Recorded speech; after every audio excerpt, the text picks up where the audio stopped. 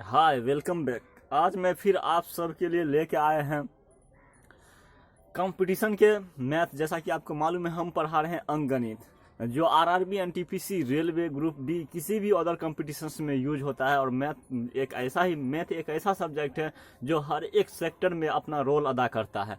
तो चलिए, मेरी जो टॉपिक का लाइन था कि रख हौसला वो मंजर भी आएगा, प्यासे के पास चलकर समुंदर भी आएगा, थक कर न बैठे मंजिल के मुसाफिर, एक दिन मंजिल भी मिलेगा और मिलने का मजा भी आएगा। इसी लाइन से चलिए, आज का फिर से मेरा लेक्चर सेशन स्टार्ट होने वाले हैं। अगला लेक्चर में हम देखे थे 1 से लेके 5 तक, यानी कि 1 से लेके 5 तक यानी कोई संख्या रहेगा 1 2 3 से कैसे विभक्त है, कैसे हम समझेंगे कि वो 2 से विभक्त हो रहा है पूर्णतः। तो 5 तक हम डिस्कशन कर लिए थे। चलिए, आज मेरा है 6 से डिस्कशन होगा, यानी कि कोई संख्या 6 से कब पूर्णतः विभक्त होगा।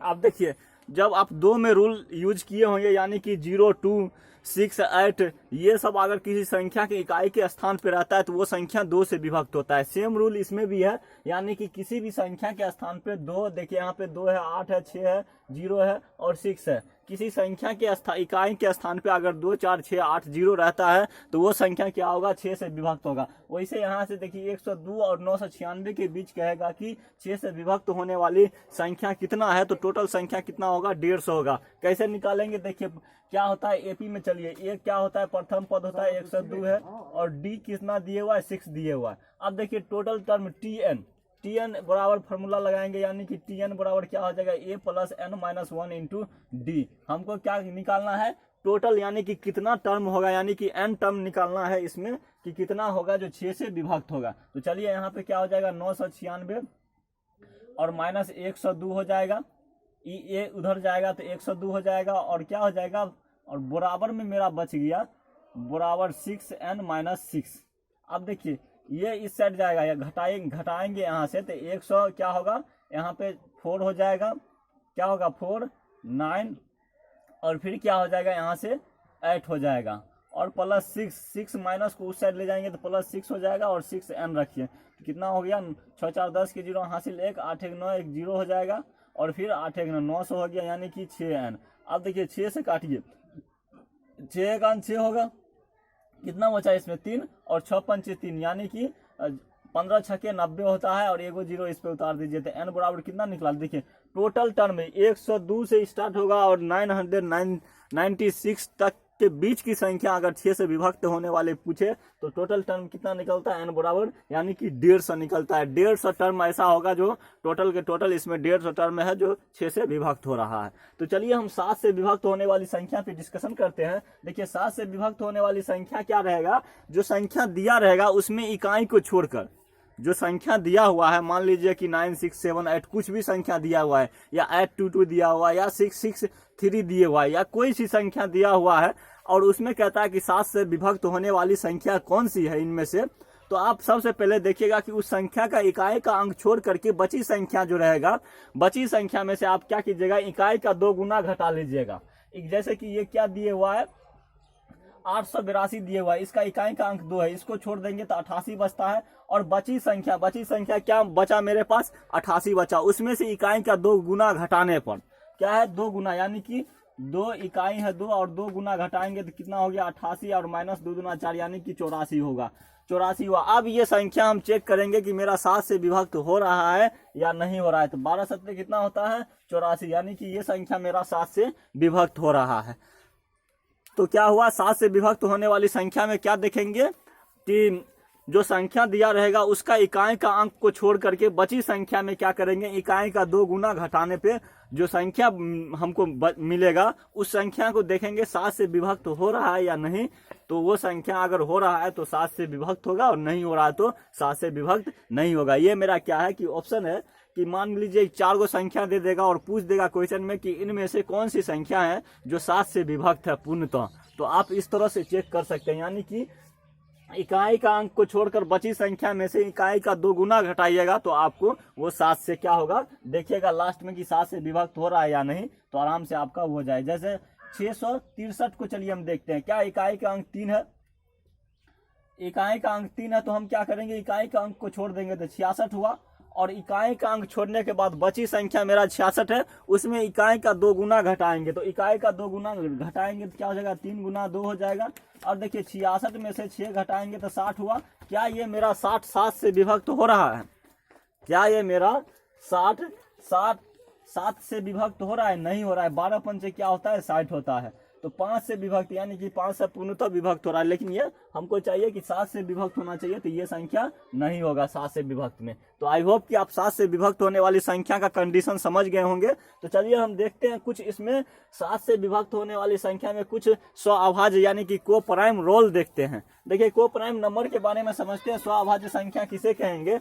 यानी कि 2 स्वअभाज्य संख्या दिया रहेगा, ए और बी, मान लीजिए कोई 2 स्वअभाज्य संख्या दिया हुआ है और उसका कहता है कि वो कौन सी संख्या है जो स्वअभाज्य है। और जैसे कि मान लीजिए कि यहाँ पे दिया हुआ है ए और कोमा बी, और कह देगा कि ये स्वअभाज्य संख्या है तो इसका HCF कितना होगा। स्वअभाज्य संख्या है तो इसका HCF कितना होगा, यानी कि हाईएस्ट कॉमन फैक्टर्स बोल रहा है, तो इसका 1 हो जाएगा। मानिए कि दिया हुआ है स्वअभाज्य संख्या ए और बी दे दिया है और उसका HCF पूछ रहा है तो उसका 1 होगा। ये आप याद रखिएगा। देखिए यहाँ पे वही रूल है, स्वअभाज्य संख्या का ए और बी 2 ऐसी संख्या है जिसका HCF ए होगा, 1 होगा। कैसे अब 1 होगा?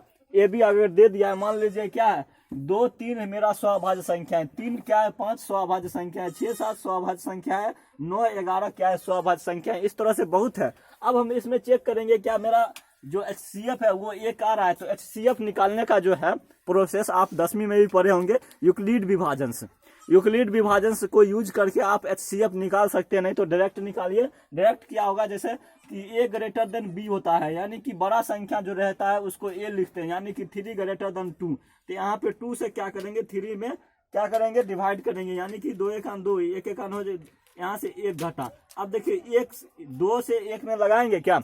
नहीं लगेगा। नहीं लगेगा तो इसमें क्या करेंगे हम, अब 2 में 1 से लगाएंगे तो 2 1 2 हो जाएगा, कट गया। मेरा HCF क्या निकल गया, जिस संख्या से कटता है वही संख्या HCF होता है, तो 1 HCF हो जाएगा। तो आप समझ गए कि क्या हो, को प्राइम नंबर। आप समझ गए होंगे को प्राइम नंबर किसे कहेंगे और उसका HCF कितना होगा, और कौन कौन से जो रहेगा आपको क्वेश्चंस में दिया रहेगा ऐसे करके 2,3 इनमें, और 4 गो ऑप्शन दे देगा, कहेगा कि इनमें से कौन सी संख्या है जो मेरा को प्राइम संख्या यानी कि को प्राइम नंबर है।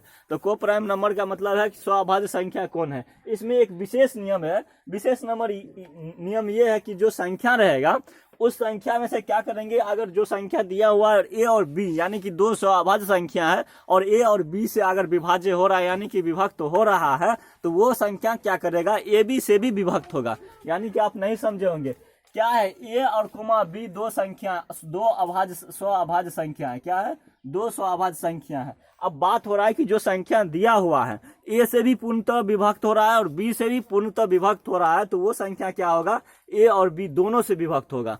यानी कि ए बी का कहने का मतलब हुआ कि ए गुने बी जो संख्या मेरा निकलेगा वो संख्या क्या होगा, उस संख्या को विभक्त कर देगा। तो चलिए देखते हैं कुछ उदाहरण पे।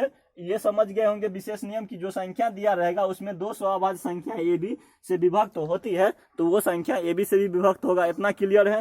क्लियर होने के बाद आप चलिए कुछ उदाहरण पे देखते हैं। जैसे ये कितना है 19752, ये मेरा संख्या है। देखिए लास्ट में क्या है, मेरा 2 है। हमने क्या कहा था, 2 से विभक्त होने वाली संख्या में 0 2 4 6 8 अगर किसी संख्या के इकाई के स्थान पे अगर मिले तो वो संख्या क्या होगा आपका कि 2 से विभक्त होगा। तो देखिए यहाँ पे कितना है, 2 है इकाई के स्थान पे, तो ये संख्या क्या होगा, 2 से भी विभक्त होगा, 2 से विभक्त होगा। अब इसमें कह रहा था 3 से विभक्त होने वाली संख्या के बारे में याद कीजिए कि जो संख्या दिया रहेगा उस संख्या का योग अगर 3 से विभक्त होती है तो वो संख्या क्या होगा, वो संख्या भी 3 से विभक्त होगा। अब चलिए इसका हम क्या करेंगे, पूरे का योग निकालते हैं।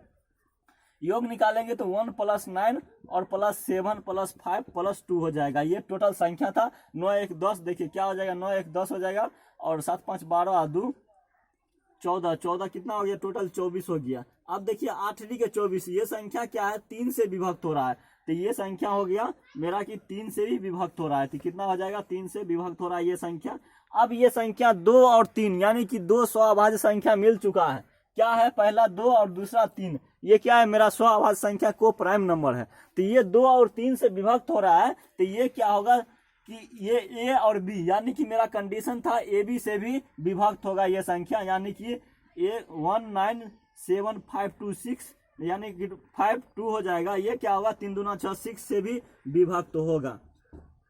तो ये एक विशेष रूल था, यानी कि विशेष एक नियम था जिसको कह सकते हैं, जिसमें किसमें 7 से विभक्त होने वाली संख्या में अभी तक ये एक विशेष रूल था। यानी कि को प्राइम नंबर हम देखिए स्वाभाज्य संख्या, कौन सी संख्या को हम स्वाभाज्य संख्या कहेंगे, और उसमें जो स्वाभाज्य संख्या रहेगा, मान लीजिए कि 2 स्वाभाज्य संख्या दिया हुआ है और एक दे दिया बड़ा सा लंबा चौड़ा क्या संख्या, बड़ा सा लंबा चौड़ा संख्या दे दिया, और उसमें कहता है कि 2 स्वाभाज्य संख्या से क्या ये संख्या विभक्त हो रहा है, और हो रहा है तो ए बी से भी, यानी कि 2 स्वाभाज्य संख्या से भी विभक्त होगा। तो आप आराम से चेक कर सकते हैं। तो आज के इस सेशन में हमने देखा 6 से विभक्त होने वाली संख्या, 7 से विभक्त होने वाली संख्या, और कुछ को प्राइम नंबर यानी कि स्वाभाज्य संख्या के बारे में जाने हैं। तो हम हट जाते हैं, आप नोट कीजिए।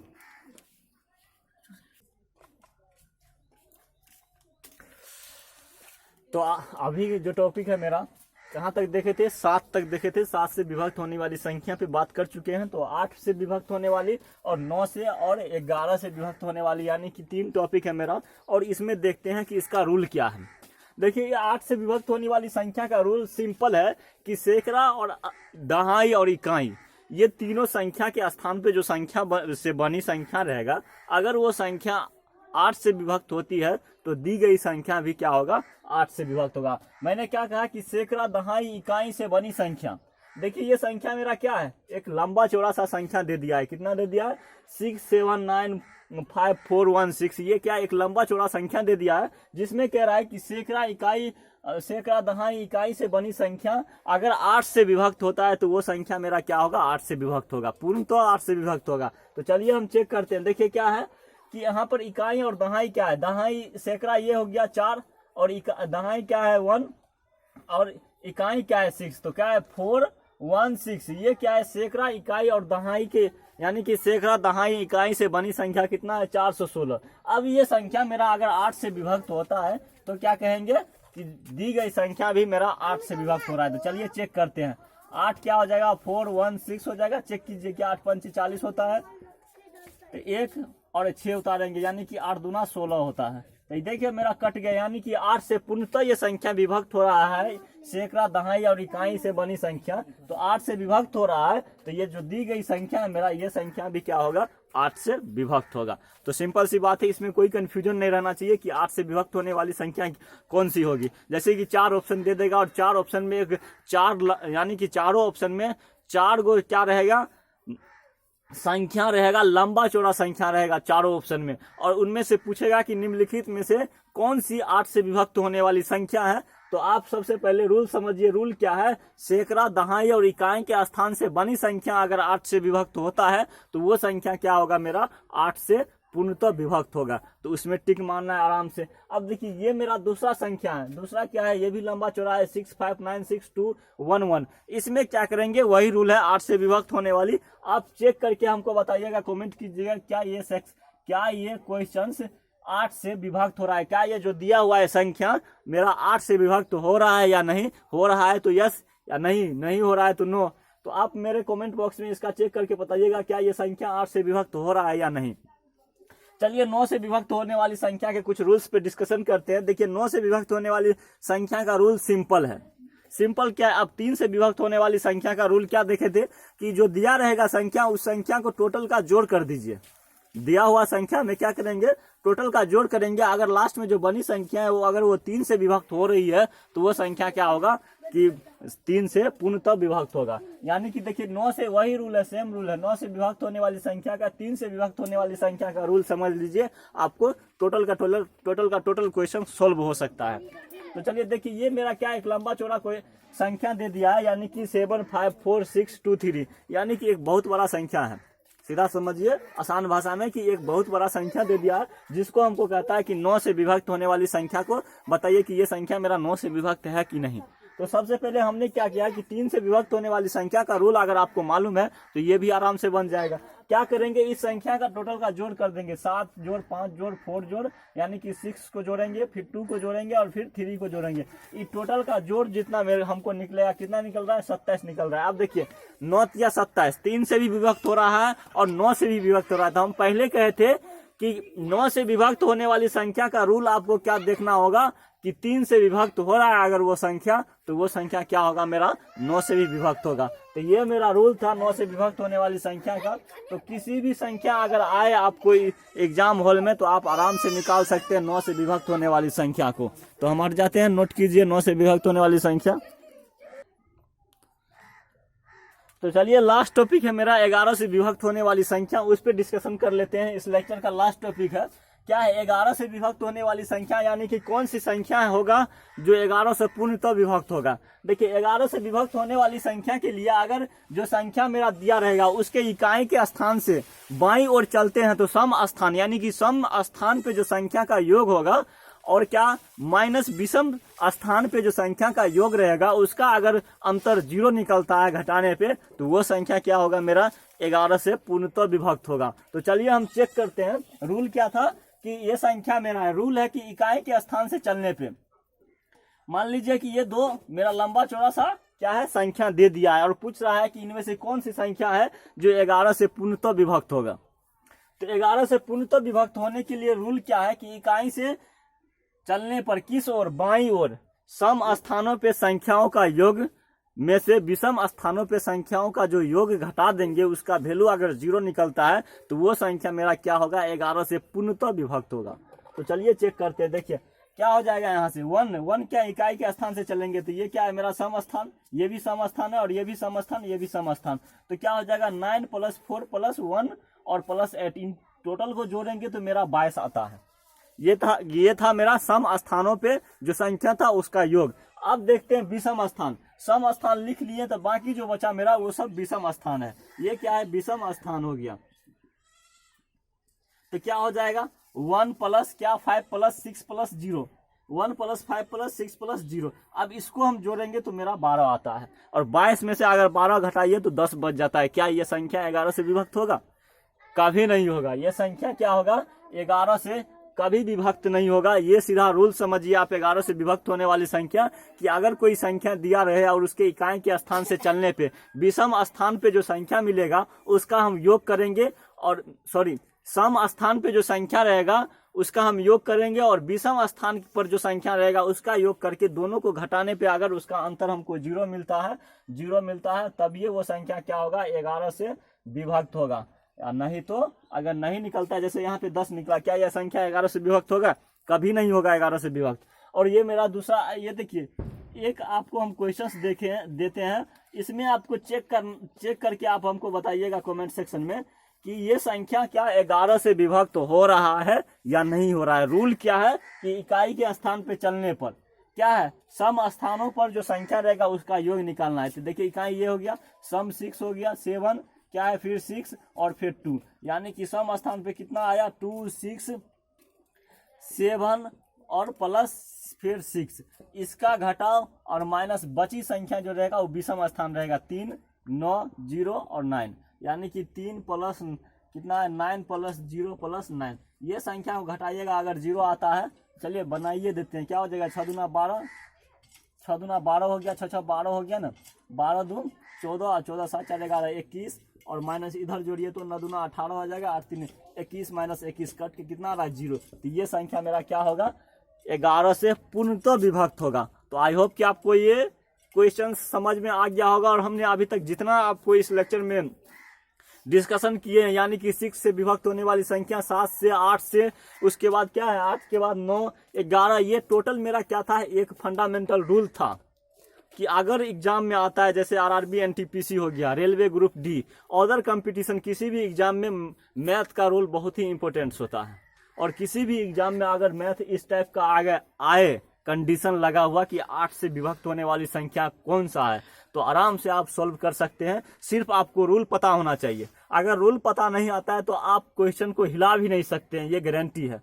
अगर रूल आपको पता है तो आप चुटकियों में क्वेश्चन को सॉल्व कर सकते हैं। अगर रूल नहीं पता है तो क्वेश्चन आपसे हिलबो नहीं करेगा। तो आपको सबसे पहले क्या है फंडामेंटल रूल समझना चाहिए। इस लेक्चर में हम टोटल रूल पे डिस्कशन कर लिए हैं। अब जो मेरा लेक्चर आएगा नंबर सिस्टम का, यानी कि संख्या पद्धति का, उसमें हम इंपॉर्टेंट क्वेश्चन जैसे जो बैंक पीओ हो गया, क्लर्क, SSC GD, उसमें पूछा गया टोटल का टोटल प्रीवियस ईयर्स यानी कि PYQ सीरीज यानी प्रीवियस ईयर्स क्वेश्चन का पूरा सॉल्यूशन हम प्रोवाइड कराने वाले हैं। तब तक के लिए अगर हमारे चैनल पे नए हैं तो हमारे चैनल को सब्सक्राइब कर लीजिए, लाइक कीजिए, कमेंट कीजिए एंड शेयर कीजिए। शेयर करने से ये होगा कि जो भी स्टूडेंट तैयारी कर रहा है उन सबको बहुत ही हेल्पफुल हो जाएगा। तब तक के लिए बाय।